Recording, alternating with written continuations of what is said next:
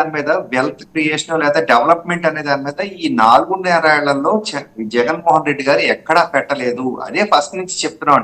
సంక్షేమాలకు మేము వ్యతిరేకం కాదు, సంక్షేమం ఇస్తేనే at the same time wealth create చేస్తేనే కదా సంక్షేమం వచ్చేది అనేది మా వెర్షన్. దానికోసం ఈ పోరాటం అంతా కూడా.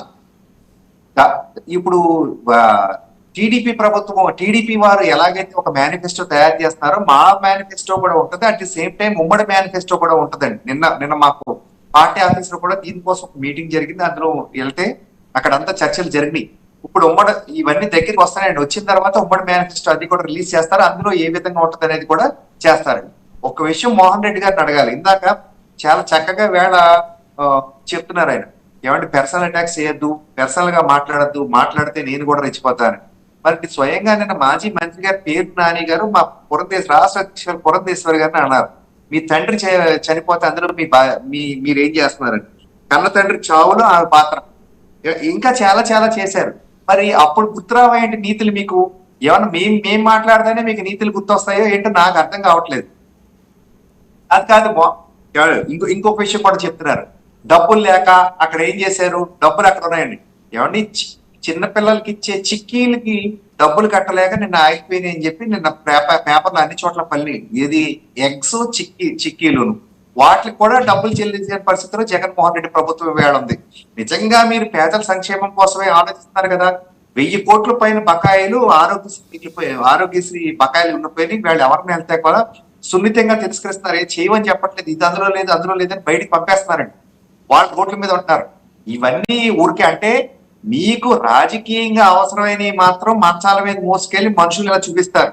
నిజంగా వాళ్ళ అవసరమై మంచాల మీద పడుకోబెట్టాల్సిన పరిస్థితి వస్తే మాత్రం మీకు వాళ్ళ కనపడరా.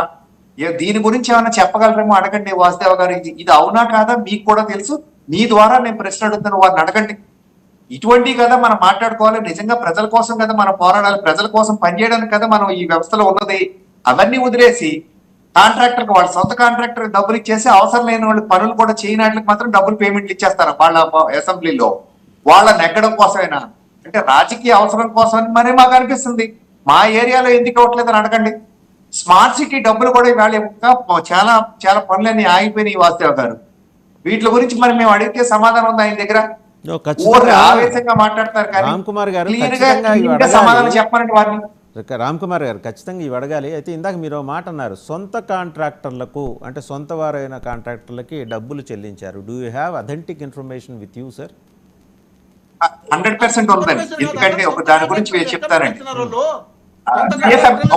సిఎఫ్ఎంఎస్ లో ఆర్డర్ ఆఫ్ ప్రయారిటీ ఉంటుంది. వాసుదేవ గారు నెంబర్ 1, రామ్ కుమార్ నెంబర్ 2, లేకపోతే నెంబర్ 3 ఎవరో ఉన్నారనుకోండి. ఇంతకు ముందు 1 కి 2 కి 3 ఇలా లిస్ట్ అంతా కూడా కనపడింది రైల్వే స్టేషన్ లో వెయిటింగ్ లిస్ట్ లాగా.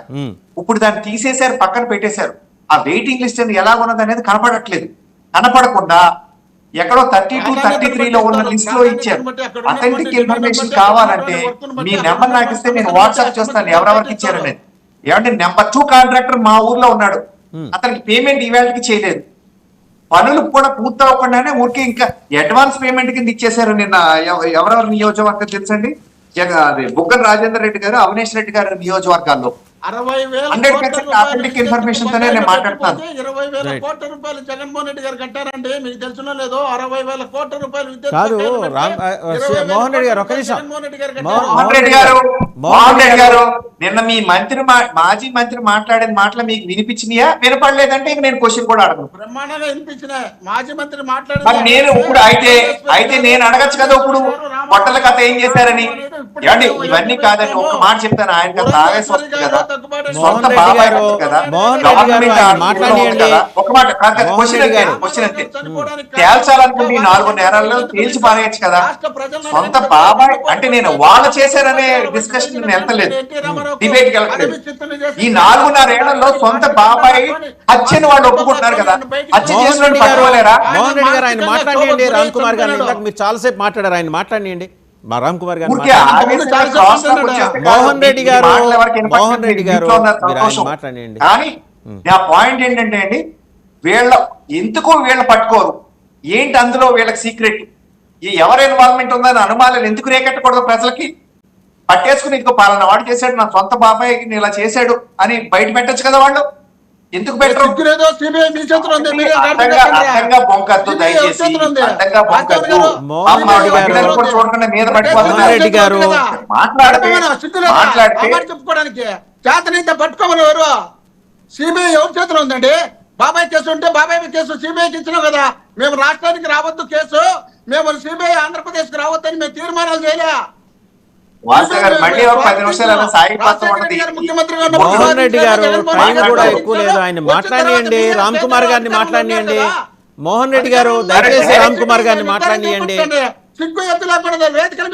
మోహన్ రెడ్డి గారు పొద్దున్నే ఆవేశం ఎందుకు? మీరు ఆగండి, ఆయన మాట్లాడి డిబేట్ ఇదే.